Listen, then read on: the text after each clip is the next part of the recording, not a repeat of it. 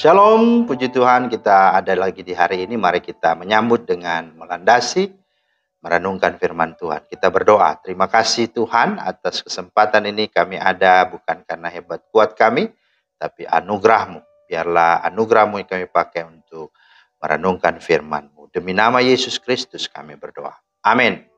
Bapak Ibu, firman Tuhan kita terambil dalam 1 Tawarik 17 ayat 16. Lalu masuklah Raja Daud ke dalam, kemudian duduklah ia di hadapan Tuhan sambil berkata, siapakah aku ini ya Tuhan Allah? Dan siapakah keluargaku sehingga Engkau membawa aku sampai sedemikian ini? Itulah firman Tuhan yang menjadi dasar renungan kita pada hari ini. Nah, tema kita hari ini, jangan mengeluh, tetapi bersyukurlah. Bapak Ibu, siapa yang tidak kenal dengan Daud? Seorang tokoh terkenal di dalam Alkitab. Daud adalah anak bungsu Isai. Masa mudanya banyak dihabiskan di padang untuk menggembalakan domba. Daud benar-benar berasal dari orang biasa, bukan dari keluarga elite, ya. Tetapi kita tahu bahwa Tuhan mengangkat hidup Daud. Tidak ada yang mustahil bagi Tuhan. Ia meninggikan Daud menjadi raja atas Israel. Sungguh benar bahwa bukan dari timur atau dari barat dan bukan dari padang gurun datangnya peninggian itu.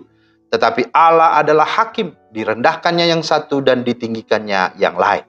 Itulah yang ada di dalam Mazmur 75 ayat 7-8. Betapa hebatnya kasih karunia Tuhan yang dianugerahkan kepada Daud. Oleh sebab itu, Daud tidak pernah mengeluh tetapi selalu mengucap syukur. Nah, apa resep Daud tidak mengeluh tetapi bersyukur? Yang pertama, bahwa Daud sadar dirinya bukan siapa-siapa di hadapan Tuhan. Firman Tuhan berkata, lalu masuklah Raja Daud ke dalam, kemudian duduklah ia di hadapan Tuhan sambil berkata, siapakah aku ini ya Tuhan Allah?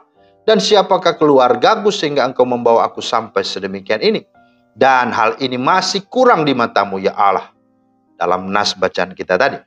Siapakah kita? Siapakah Anda dan saya ini sebenarnya? Itulah yang sungguh Daud mau sampaikan. Kita sesungguhnya hanyalah debu yang tiada berarti.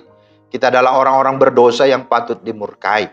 Tetapi puji Tuhan, Tuhan Yesus rela mengorbankan nyawanya bagi kita, supaya kita diselamatkan. Dan dalam Roma 3:24, dan oleh kasih karunia telah dibenarkan dengan cuma-cuma karena penebusan dalam Kristus Yesus. Kesadaran inilah yang harus ada di dalam hidup kita. Yang kedua, apa resep Daud tidak mengeluh tetapi bersyukur?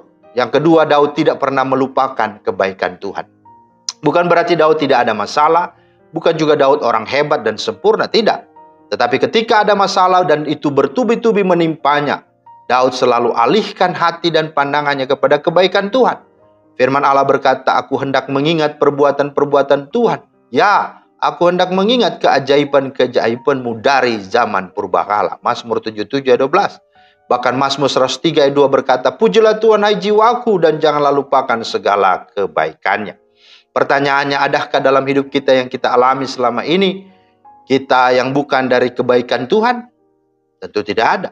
Dan atau sudahkah kita mengingat selalu akan kebaikan Tuhan dalam hidup kita? Mari belajarlah dari Daud yang dapat berkata, kecaplah dan lihatlah betapa baiknya Tuhan itu.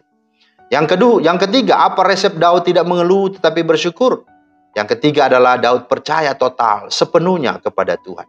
Bahwa Allah turut bekerja dalam segala sesuatu untuk mendatangkan kebaikan bagi mereka yang mengasihi Dia. Roma 8:28. Daud menjadikan Tuhan kehidupannya, kekasih jiwanya, keintimannya.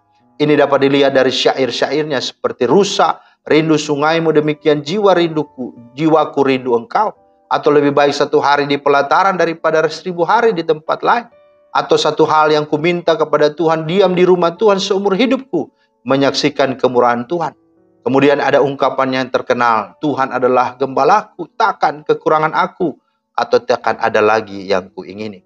Dan seterusnya, dan seterusnya. Artinya, resep ketiga Daud ini tidak hanya mau sampai ke bahwa Tuhan itu baik dalam segala sesuatu, bahwa pasti di tengah segala masalah apapun, Tuhan turut campur dan turut bekerja untuk akhirnya mendatangkan kebaikan dalam hidup kita.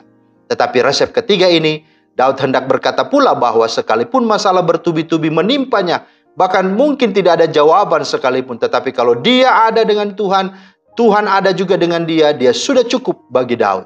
Bahkan ekstrimnya, sekalipun masalahnya tidak selesai sampai dia mati pun tidak mengapa. Asalkan dia mati bersama Tuhan.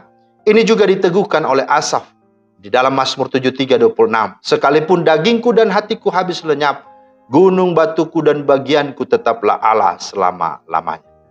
Karena itu mari Bapak Ibu Saudara yang dikasihi Tuhan, kita menjalani setiap perjalanan kehidupan kita. Ini bukan dengan mengeluh, bukan juga dengan bersungut-sungut.